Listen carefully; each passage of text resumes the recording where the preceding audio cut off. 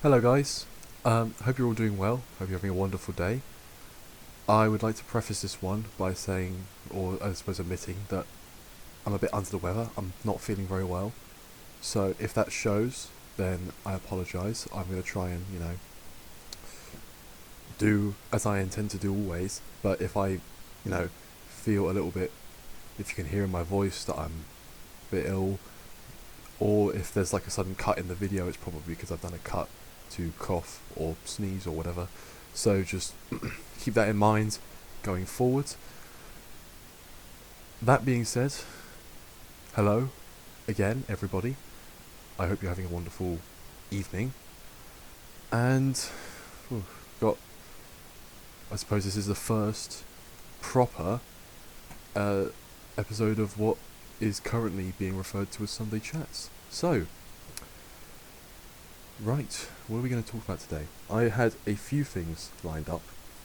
I wanted to preface by saying that, although I will admit I'm not very good at it in all regards, I consider myself a practicing Christian. What practicing means is vague, and I must admit I've not been doing as good of a job as I should be, especially recently. But you can never really be good enough for Christianity, and that I will explain later on, because it sort of comes into what we're talking about today.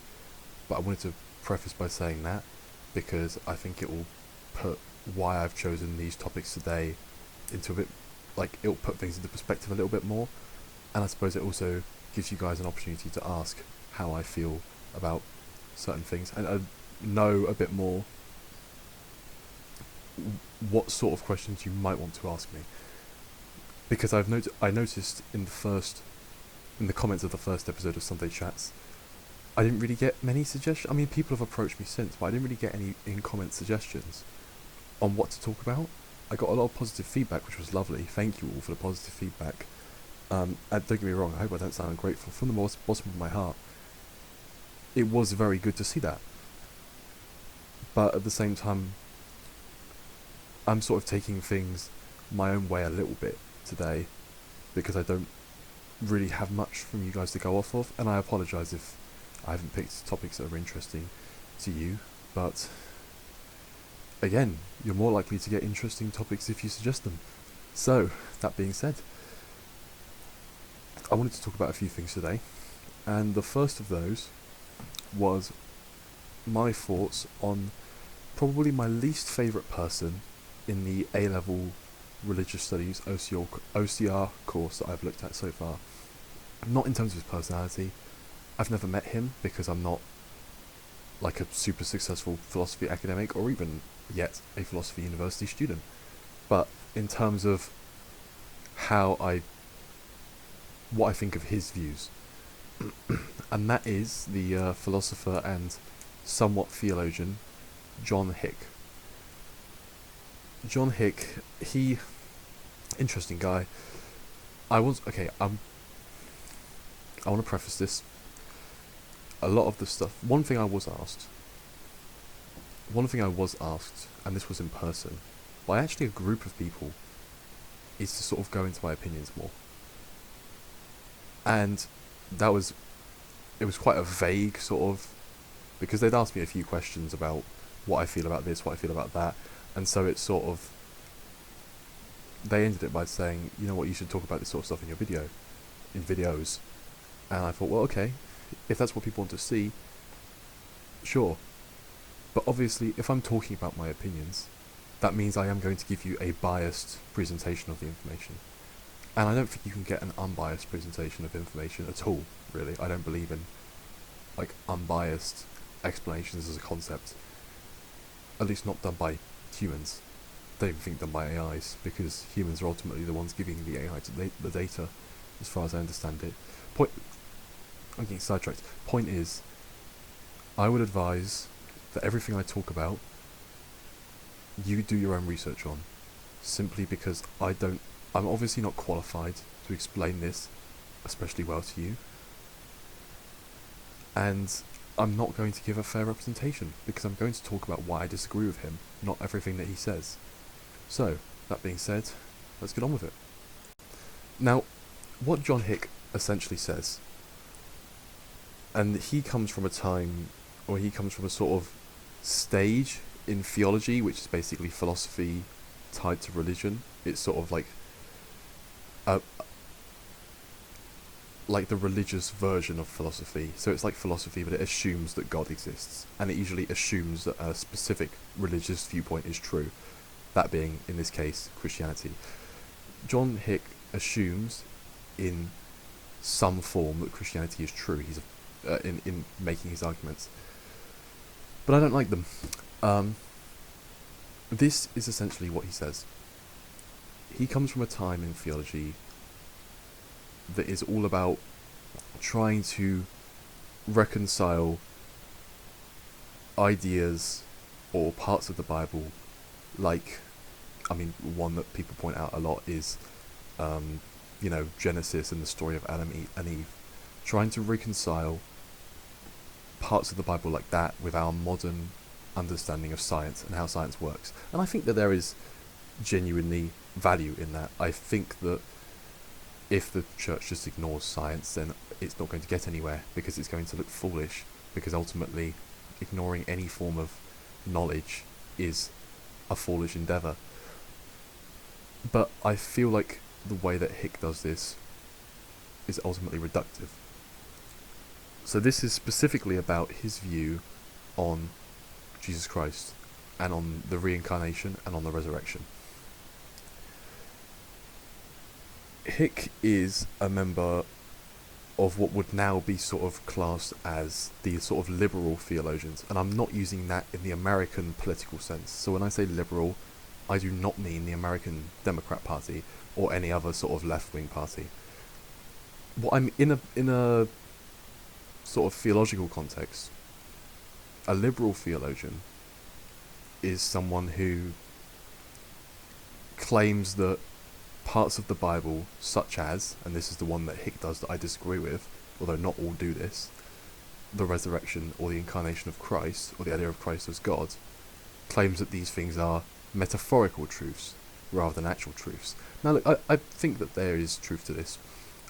I think that we're all but certain that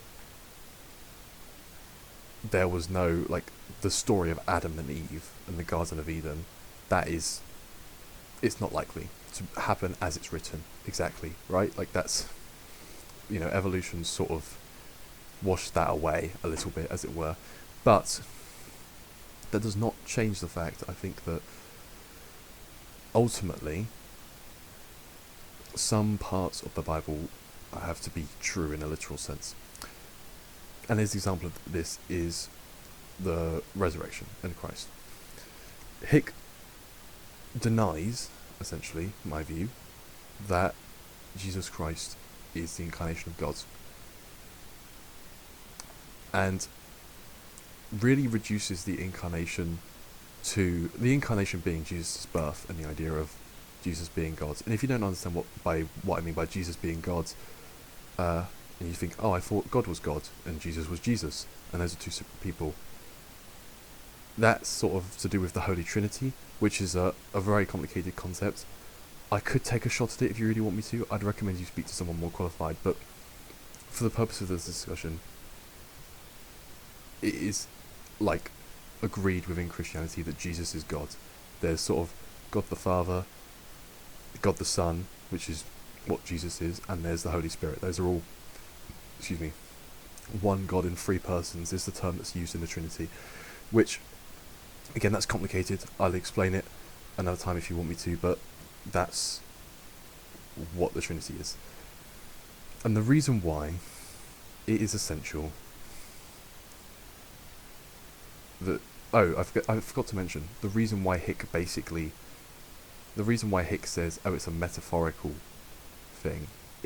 According to Hick, the incarnation is a metaphor for a time of great closeness with God, and greater dogs are barking in here. Sorry about that. Dogs started barking and I had to quiet them down. But according to Hick, the idea of incarnation is seen not as God actually being present in Christ, but as a metaphorical sense in which we are sort of closer to God. It's God's sort of stretching out his hand, not in the sense of actually putting a representative on earth. Probably our way of phrasing it. Again, if you want me to explain the generally accepted view of Christ in another episode, I can, but I want to offer a critique of Hick first, because I want to.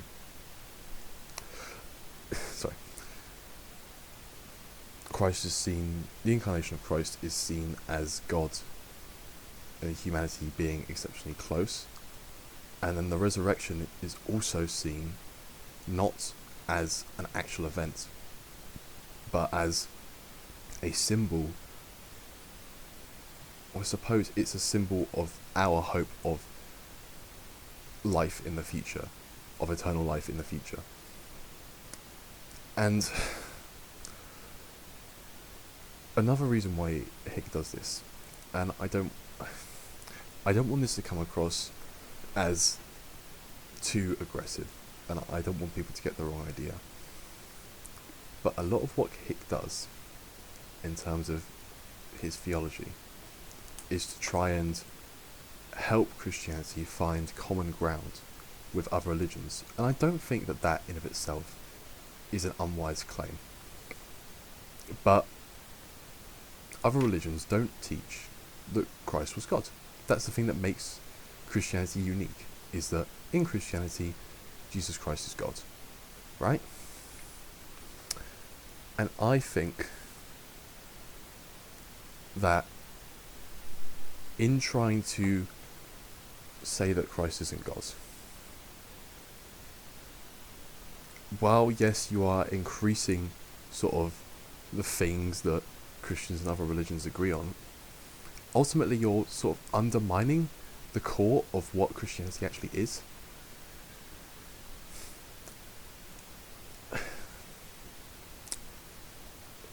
It's not as though this is a minor detail either. The idea of Christ as God is genuinely probably one of the most important parts of Christianity, because it is through Christ's crucifixion and Christ's resurrection that the sin is sort of taken from us. At its core, yes, Christianity has moral teachings, but I'm strongly of the opinion that, like any philosophical system, it is first and foremost a system of metaphysics. If you don't know what metaphysics is, you know what? Google it. Honestly, Google it.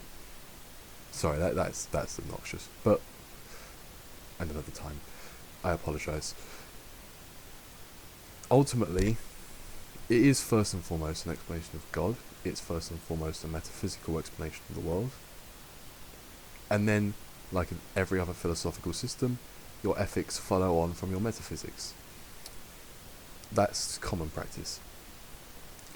I think that in attempting to just find things that different religions agree on, you're ultimately whittling religions down to just ethics. And I think, yes, if you just take the ethics of religions, you will find similarities in them. And, you know, there's endless debate whether that makes these religions more or less credible. I'm of the opinion that it makes Christianity more credible, and if you want to know why, ask me and I will happily explain in another episode. But that removes the core of what these religions are. Ultimately, Christianity without Jesus Christ being God is very similar to Judaism and Islam. And that's not Judaism and Islam. I obviously don't agree with them. I'm going to be upfront. I'm a Christian. I can't really be a Christian and a Muslim, or a Christian and a Jew in the religious sense, not the ethnic sense. I can't be those things at the same time. And that feels like it's what Hick is struggling to understand.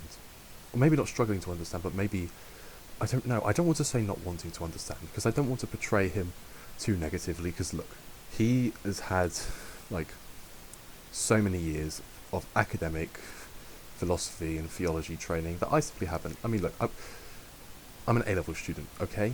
I'm not the top of the food chain in terms of philosophy and in terms of theology and in terms of this stuff. But I honestly think that the point is severely missed of Christianity, because it is through Christ and through Christ's death that our sins are sort of cleaned. We'll come into this in the next bit, because it's about whether a specific thing is a sin. And I think what a lot of people ask when they say, is X thing a sin, is really, will I go to hell for X thing? First of all, I don't like the phrase, will I go to hell for X? I prefer, like, will I be saved if X? And I can explain that as well in the next bit. But it is ultimately through Christ's death upon the cross that our wrongdoing is washed away, because he's taking the bullet for us, essentially. It's like if you had murdered someone and you had the death penalty for it, and somebody else offered to be hung in your place. Through his death on the cross, a very simple explanation, that is what Christ does for us. And so I think that you're really removing the essential element of A, what God actually is, because our understanding of God changes completely if Christ isn't actually God, and B, what that means for us, how we're saved. So, yes, item number 1 on the agenda, Hick. That is why I'm not a fan. Sorry if that was disjointed. If you want further elaboration or a further explanation, I mean, obviously do your own research as well, but leave something in the comments. If I've misunderstood something, do something in the comments. If you don't want to leave a comment, most of you have my contacts, because most of you are people I know. Message me. If you don't message me and you've stumbled across this, leave a comment. There's not really any other way that you can contact me, I'm afraid. I'm not giving any personal information on here, God no. So yeah, that's that. And that sort of talks about sin, links quite nicely into the second topic. And that is, and this is quite a heavy one, I'll admit, and this is the one that people encourage me to talk about on here, so I apologise if this isn't what you want to hear.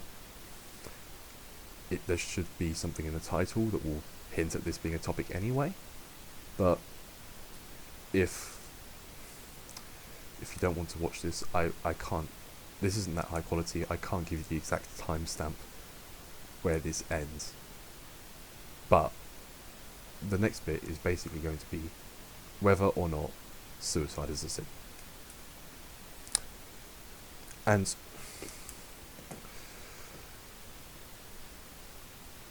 in short, yes. Now, don't, hands off the keyboard, hands off the angry typing. A, I'm an idiot. Do your own research. B, yes, but. Okay. And what I mean by yes, but is this. It's thought to be a sin to take a life, and that does include your own. That is, most verses that talk on the matter suggest that it is sinful to do. However, I think a lot of people, when asking, is X a sin, are really asking, will I go to hell for doing X? And I can't claim knowledge on this, because at the end of the day I'm not God. I'm not a priest even. And even priests cannot guarantee whether someone's going to heaven or hell. I mean, whether someone's going to heaven, you know, I mean, exactly how hell works, and like, what that is sort of an issue in of itself, which I'll happily get into at another time. So, I think it will be, will I still be saved? Will I still get into heaven if I do X? Is probably a better way of saying it. Priests don't know for certain who's going to heaven.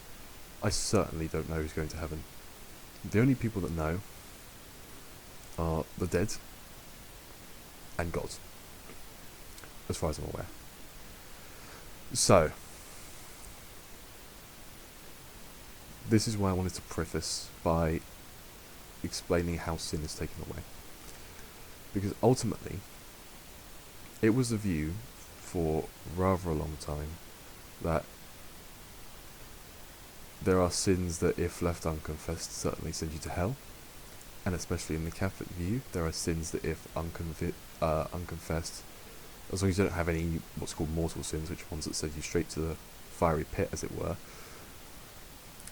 there are also like sort of littler sins, and that's not what they're called, I just can't remember the name, don't call them that, but like non-mortal ones. This is more the Catholic view, to be honest, which I'm not. I'm Church of England, by the way, if you're wondering, where you spend time in purgatory if you commit them and you haven't repented, and that involves confession, that involves going for a priest. Regardless, the view has generally been, in some way, shape or form, that you can't confess to suicide because you're dead, therefore you can't receive repentance, therefore you don't go to heaven. That has been the traditional view. Now, that has been challenged a lot recently. I think that our understanding as a society of mental health and of what drives people to suicide has ultimately changed a lot of people's views on this subject, and I think that it's hard to say whether the people that said that back then would say that now if they had our knowledge. And I think that the best way we can answer this comes from a sort of re-understanding of sin and a re-understanding of salvation. Now, what is sin, really, is I suppose where we start. You'll get different answers to this. I mean, it's easy to say sin is when you don't follow the 10 Commandments and move on, but what exactly it is sort of a difficult one. There's rough agreements on things, like murdering people without cause is almost certainly, I say almost certainly, is sinful, okay? You don't go murdering random people, that's bad. But sin is really, I suppose the way I'd phrase it, and I'm doing this on the spot, things like this are probably why I shouldn't do this on the spot. Sin is ultimately, the best way I could phrase it is basically a willingness or a want to do things, or an urge to do things probably, that are ultimately not in God's plan. So sin is not just, it's not just, oh, you've stolen from someone, that's a sin, that's one little mark on the whiteboards for you. Like, the urge to steal in of itself is a sinful urge, in the same way that the urge to commit adultery is a sinful urge. And this is why you see quite extreme sounding verses in the Bible, such as, if your eye causes you to sin, pluck it out. If your arm causes you to sin, cut it off. I don't have that in front of me. I may have butchered it a bit. Doesn't matter, different translations anyway. But that's in the Bible, right? I don't think, and I don't think many reasonable people do think, that is explicitly telling us that if we ever look at someone outside of our wedded partner and think, wow, they look quite attractive, yada yada yada, I don't think that's a sincere statement from God that we should pluck our own eyes out. And I want to make that clear. Please don't pluck your own eyes out. But it does speak to the nature of what sin is. There is a temptation now, especially by, dare I say, people that aren't Christian, non-believers. And there was a temptation then, in the time as well, I mean, you see it through people like the Pharisees, to look at morality is a list of laws sent directly by God and go, oh, well, I didn't technically do this, so I'm fine. And be really nitpicky about it. And it feels like people miss the point.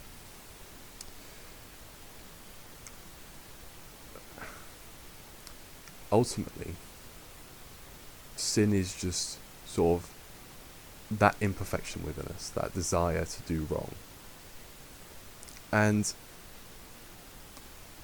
I don't think many people would find it controversial to suggest that the desire to kill oneself is a wrong or incorrect desire. I don't think, I mean, you get some philosophers of like incredibly nihilistic and pessimistic, and I use that both in the proper philosophical and loose terms. You get some that suggest that you have no reason not to, but most agree that killing oneself is inherently not like something you should want to do. Okay? Now it brings us back to the question that we had in the Hick section of why did Christ die on the cross for us?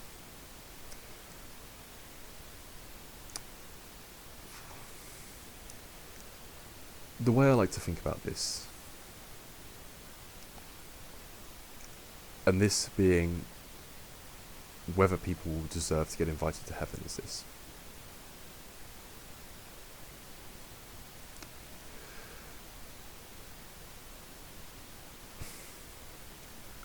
I want you to raise your hands if you've never murdered anyone, rather. Now, and this might be putting me on the spot a bit here, I want you to lower it if you've never thought about murdering anyone. Not like planned it, but never thought it. As in, never like pictured it in your head. Out of anger. Now I want you to lower it if you've never, ever thought about hurting someone out of anger. Or if you ever thought about hurting someone out of anger, rather. Now, lower it if you've never just been really angry at someone in your entire life. Or if you've ever just been really angry at someone in your entire life. Sorry, I keep saying never instead of ever. Because I've meant to say keep it raised instead of lower it. But I hope you see where I'm going with this. Point is, if you've been playing along... Oh, and also, let's do the same for lust, right? Hand up if you've never committed adultery. Keep it up if you have never thought about... keep it up if you've never thought about someone in that sort of way. That one, you should probably have your hand down, unless you're like 14 or younger. Right, be honest with yourselves. And if you look at the extreme lengths to which Jesus identifies things as sin according to the Ten Commandments, you can see it's motivation based, and you can see that there's pretty much no one who has never had the motivation to sin.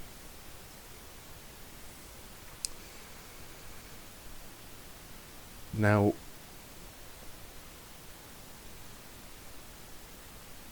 at the end of the day, heaven, union with God, is like a university that will only let you in if you have 7 A stars.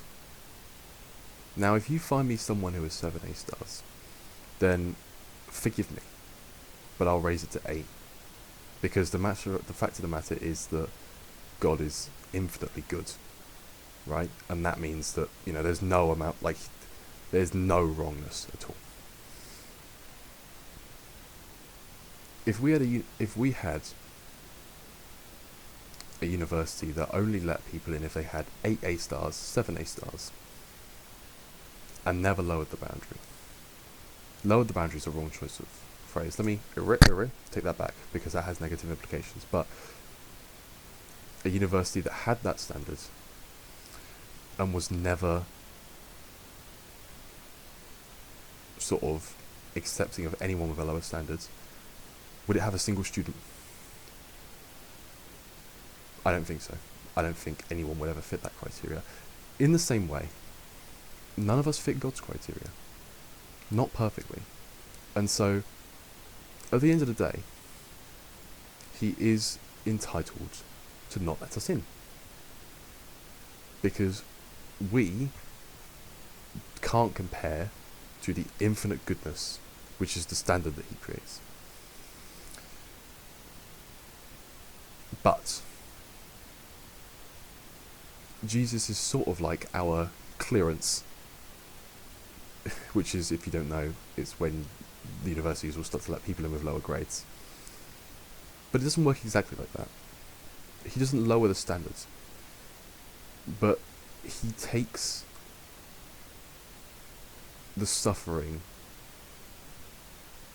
that one would find outside of heaven and sort of takes it himself, and he takes all of the blame, and he takes all of the punishment, and ultimately that's God taking the blame, ultimately that's God taking the punishment, ultimately that is God biting the bullet for our desire to do wrong. And that's not to say that, like, murdering someone isn't an inherently wrong act, but there's still wrongness in the desire to do it, or wrongness in just a strong dislike of anyone ever.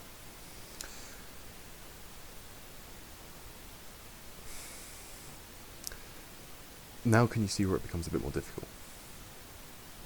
Because I think you would seriously struggle to find anyone, really, except for maybe people that have been a bit more of a historical thing. Sorry, I sort of went on a bit of a... I lost my train of thought there. But I think a lot of people who are honest, practicing Christians, who have let Christ into their lives,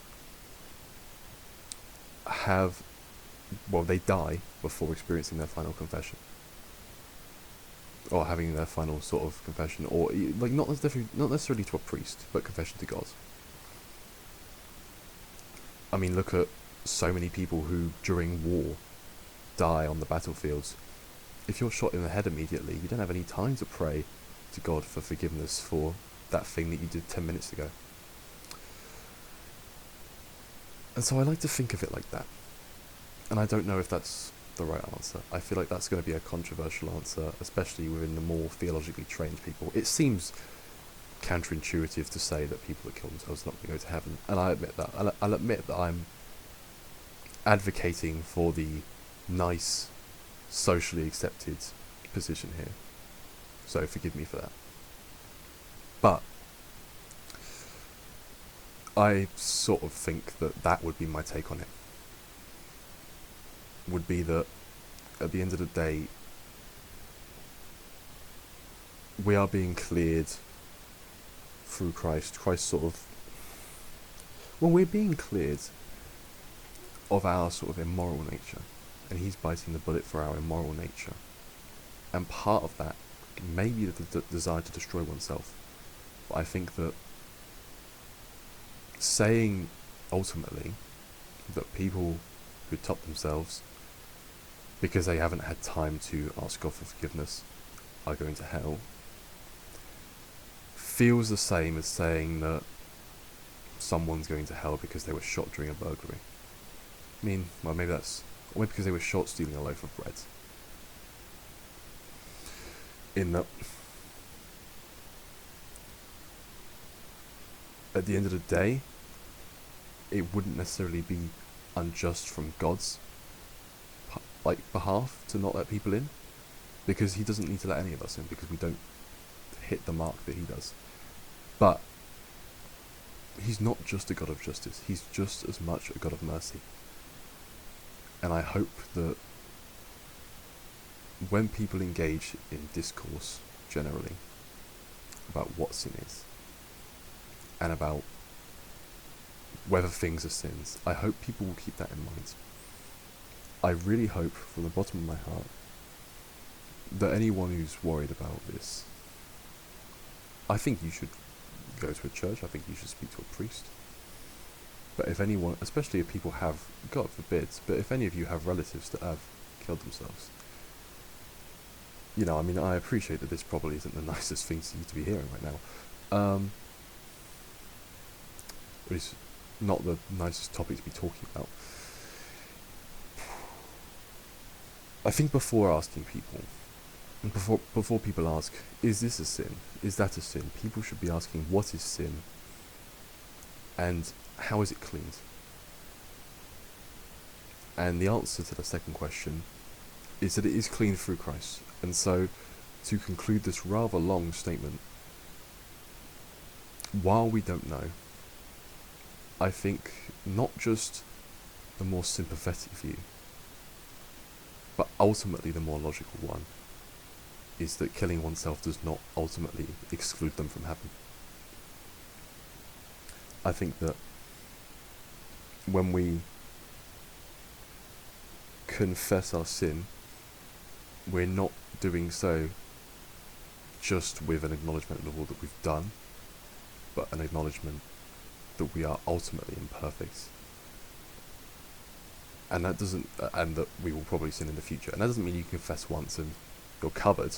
No, I think that part of the Christian lifestyle is a constant acknowledgement. I need to work on this. I'm not this good at that. I am, and while still acknowledging that ultimately it's not through just your own effort that you're saved. But yes, that is my position on that matter. This was a very serious one, so I hope that you guys are okay with that. I hope that you found this, if not helpful, then at least interesting. And yeah, that's that. On that topic at least. Hang on just a second. Sorry, I just wanted a drink of water. But you don't really know, because I'm like, if you notice the hard cuts, that'll be because I'm having a cough or a drink of water or something. The final thing for today, I wanted to share, actually, to be honest, an anecdote from today. Because I felt, actually, you know what it is? I think I've spoken a lot today about sin. And I sort of wanted to, I suppose, confess something, actually. But also, I don't know where I'll go with it. And I hope that God will take me in a good direction with it. But I want to tell a story about something that happened today. And it was in my classics class. Now, probably it's unwise if I disclose my teacher's name. But me and he, it's a class of me, him, and one other year 12. So we have quite a casual, banterous teacher-student relationship, generally. But today was not a very good one in that regard.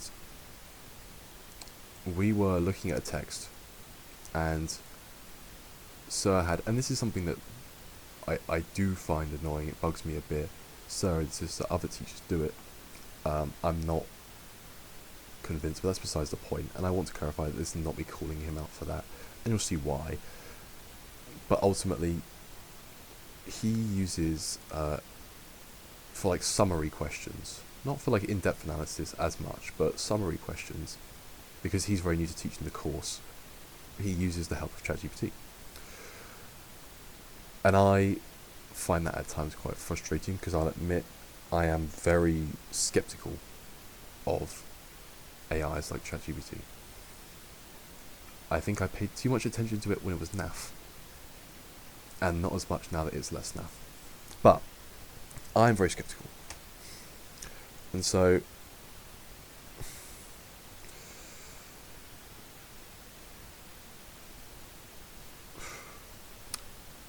when we were looking through the questions today, there was, in the extract, the character explains like an opposing character's view.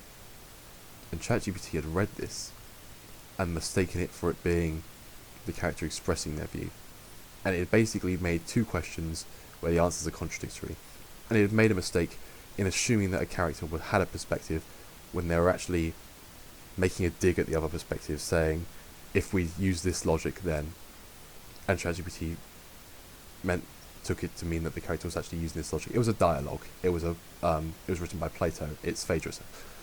But yeah, and we'd had like a bit of banter about him using ChatGPT. But today I tried to, and I wasn't. First of all, sometimes I feel like I don't speak very clearly in terms of what I mean. But specifically today, I was quite under the weather. I still am quite under the weather. And I was really struggling to explain the mistake that I'd spotted. And I could feel myself getting louder and probably sounding more aggressive as I'd explained it. And over time, the loud, slowly louder, slowly more aggressive explanation of the mistake turned into a slowly louder, slowly more aggressive, yet humorous and in jest criticism of him using ChatGPT, which then turned into a even louder and even more aggressive, genuine critique of him using ChatGPT. And I only realised it really after I'd stopped speaking. But I sort of had just flown off the handle completely and basically angrily ranted to him, which I did in a rude manner anyway, and ultimately was not my place to do it because I'm a student and he's a teacher, you know? I mean, obviously we have quite a casual student-teacher relationship, but I do firmly still believe in this sort of student-teacher, that sort of thing. It's how I've been taught. It's how I expect to be taught. I suppose a part of my fear came from the idea of being educated by an infallible source, which I don't think is unreasonable, but ultimately a human teacher is just as much an infallible source because they can just as easily have misread that paragraph or misunderstood that. But, I mean, even trying to justify the point I made is sort of besides the point. I really got over the top. I could have been critical, which still probably wouldn't have been my place to do, but I could have been. And I could have done it in a more polite way. And I don't know. I don't know how I feel about it, because I'm sort of angry in like a joking sense often. It's sort of, I play out when someone will take the mick out of me, I'll play out being angry to sort of go along with it. But it is rare that I get that frustrated and that impolite when discussing something with someone. Like actually impolite, not like ironically impolite or jokingly impolite or like in a banterous sense, but actually impolite. It is very rare, I think, that I get into such what can only be described as fury.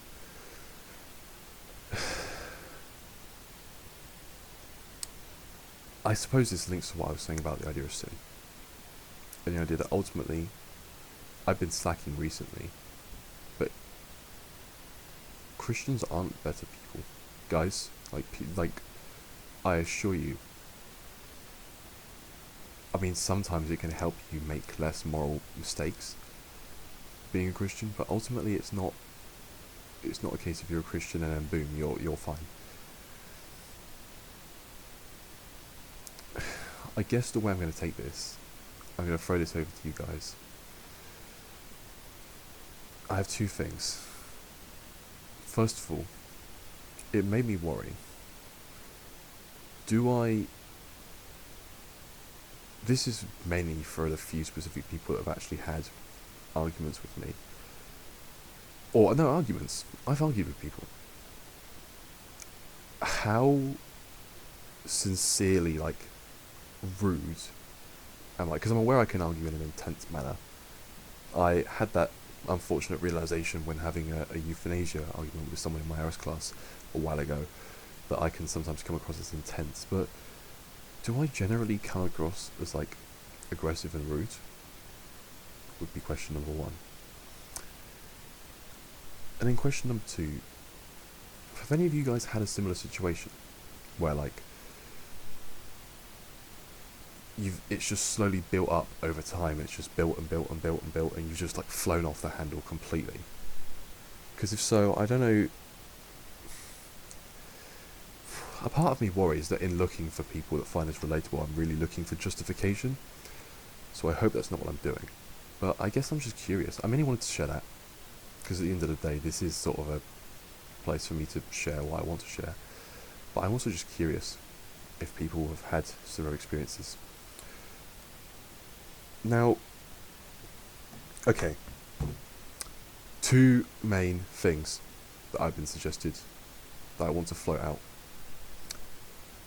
First of all, I was given a suggestion by someone who didn't want to leave one in the comments, but they messaged me afterwards. He asked me, why don't you talk about cadets? Why don't you talk about army cadets? And I thought, you know what? That's not a bad idea.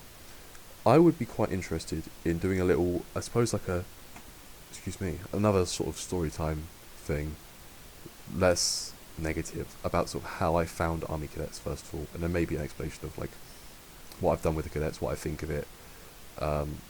So if you want to hear me talk about cadets, let me know, because I'll be interested to hear your thoughts on that. And also, the other one was actually for the history videos I plan on making. If you don't know what I'm talking about, watch the video called An Idea that was released Tuesday just gone, because that goes into it in more detail. But I am planning on doing sort of like biography history videos, because a lot of people came back to me, oh yeah, thank you for the positive feedback on that as well, because a lot of people came back to me saying they liked that idea. And I was given a suggestion, and that is Gustav Stresemann. I apologise if I butchered that name, but he was the German economics minister during Weimar Germany for a while, because someone basically said that he's like their favourite historical figure. So, yeah, I guess that is my... those are the two suggestions I want to throw out. If someone wants to hear me talk about cadets, or if anyone wants to hear me talk about Gustav Stresemann, the history thing the first one of those will probably be later. It'll probably be in July, because I've got mocks, so I can't really do June. That being said, I hope you guys have enjoyed today. If you want to hear about cadets, if you want to hear about Stresemann, or if anything else sort of thing you think, I would be interested in hearing George talk about this, or I'd be surprised if you're interested in hearing me talk at all, let me know. And on that note, thank you very much for listening, and goodbye.